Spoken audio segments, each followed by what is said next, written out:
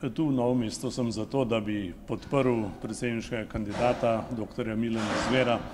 v prepričanju, da je to najboljši kandidat za predsednika Slovenije, človek, ki ga od začetka njegovega političnega dela poznam kot demokrata, kot poštenjaka, kot evropejca s slovenskim srcem.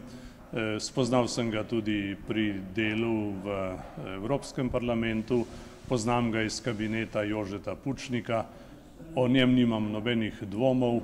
nobenih zgodb ni, ki bi govorile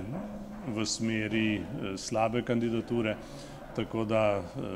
ga resnično podpiram z vsem srcem v prepričanju, da bo tudi delal za vse državljanke in državljane Slovenije